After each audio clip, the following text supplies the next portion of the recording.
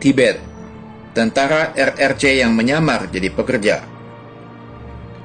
Saat ini, Tibet adalah wilayah jajahan RRC. Rezim komunis Cina mengklaim jika wilayah Tibet adalah bagian dari Cina.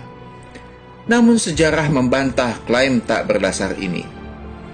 Adalah menarik. Awal penjajahan RRC terhadap Tibet tidak didului dengan mengirimkan pasukan bersenjata, melainkan dengan membanjiri wilayah tersebut dengan para pekerja yang ternyata adalah tentara komunis yang menyamar. Bagaimana sesungguhnya Tibet dan proses lengkap aneksasinya oleh RRC bisa didapatkan secara lengkap di Era Muslim Digest edisi 12 dengan tema Bahaya Imperialisme Kuning. Era Muslim Digest bisa didapatkan di Plaza Era Muslim dengan nomor kontak yang tertera di layar Anda. Dalam sejarah, kemenangan Partai Komunis Cina di bawah pimpinan Mao Zedong dalam perang sipil telah menghantarkan Partai Komunis Cina menjadi penguasa baru Cina. Tak lama setelah berkuasa, Partai Komunis Cina atau PKC pun mulai bernafsu untuk menjajah Tibet yang disebutnya sebagai pembebasan untuk Tibet. Tibet saat itu sesungguhnya aman-aman saja. Sebab itu lucu juga pemakaian istilah pembebasan yang dipakai oleh orang-orang komunis ini. Dengan penuh tipu daya, PKC mulai melancarkan operasi penaklukan Tibet. Awalnya bukan dengan mengirimkan pasukan bersenjata, namun dengan infiltrasi yang dilakukan kelompok kerja Front Persatuan ke Tibet.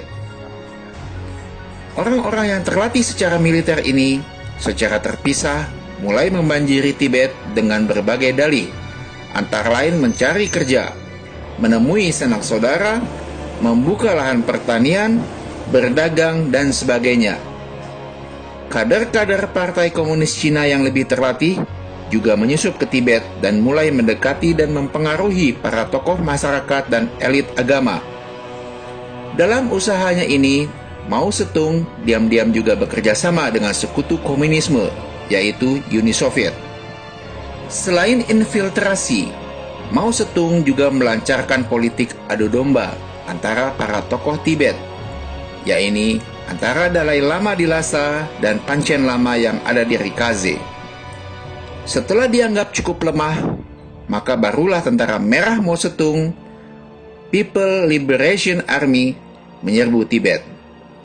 Ribuan anggota tentara merah yang sudah terlebih dahulu ada di Tibet, yang menyamar sebagai pekerja dan lainnya, mengambil senjata mereka dari tempat persembunyian yang sudah direncanakan dan membantai rakyat Tibet di mana-mana. Tentara merah yang menyerbu dari Cina daratan menaklukkan satu demi satu wilayah negeri di atas angin tersebut. Tragedi ini terjadi di musim gugur 1950. Invasi inilah pangkal pertikaian Cina dan Tibet. Setahun kemudian, pimpinan Tibet, Dalai Lama ke-14, Tenzin Gyatso, didongkel dari jabatannya. Sementara itu Cina mengangkat pemimpin baru di Tibet, pemimpin boneka yang bekerja demi kepentingan Cina. Tibet berhasil dipecah belah, gejolak politik memanas. Untuk bisa menguasai Tibet sepenuhnya, Beijing membangun sejumlah mega proyek infrastruktur paling penting bagi peradaban modern, setidaknya di mata Cina, antara lain listrik, transportasi, dan teknologi informasi. Semua yang dibangun RRC di Tibet tentu saja tidak gratis dan memang diperuntukkan bagi kepentingan RRC sendiri.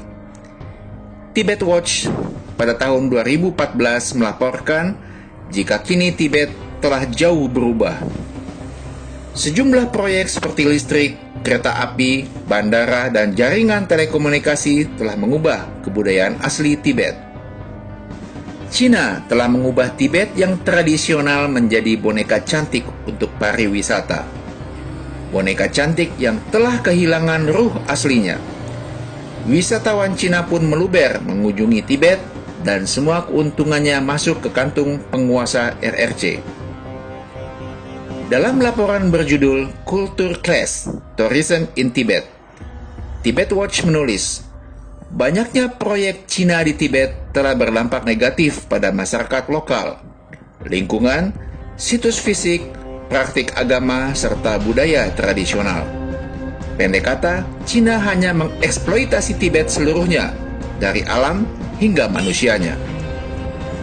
Senada dengan laporan Tibet Watch, Cultural Survival, lembaga nirlaba pendukung kelangsungan budaya masyarakat adat, menyebutkan bahwa banyak orang Tibet tidak memperoleh manfaat ekonomi sedikitpun dari masuknya wisatawan ke wilayah mereka. Sebagian besar pekerjaan yang diciptakan oleh pembangunan pariwisata di Tibet hanya menguntungkan para pekerja asal Cina. Dengan kata lain, Tibet telah dijajah komunis Cina untuk dijadikan sebuah toko dengan etalase yang cantik, yang mampu mengundang pengunjung dan berbelanja di sana. Namun seluruh uang yang mengalir ke toko tersebut pada akhirnya masuk kembali ke dompet sang majikan, yaitu rezim komunis Cina. Tibet hanyalah sebuah toko yang setiap hari dieksploitasi dan dieksploitasi hingga kering dan mati. Bagi orang di luar Tibet, mereka akan beranggapan jika RRC telah membangun Tibet dengan sangat baik. Infrastruktur telah tersedia di mana-mana, dan Tibet yang tadinya tradisional telah berubah menjadi modern. Namun itu cuma pandangan orang luar yang salah besar. Bagi pribumi Tibet sendiri yang sangat religius, di mana Buddha menjadi agama mayoritas di sana, semua itu malah merusak jati diri Tibet yang asli. Lokal wisdom rakyat Tibet telah dihancurkan. Rakyat Tibet juga sama sekali tidak punya harga diri dan kedaulatan. Mereka menjadi babu di negerinya sendiri yang harus melayani sang tamu yang telah menjadi majikan. Tuan rumah harus menyembah-nyembah dan melayani para tamu. Jika tidak mau, maka tentara merah yang berjaga di setiap sudut Tibet akan selalu siap untuk berperan sebagai setan pencabut nyawa. Inilah sejarah Tibet, dan dengan sangat bijak, Bung Karno telah mengingatkan kita, pribumi Indonesia, jangan sekali-kali melupakan sejarah.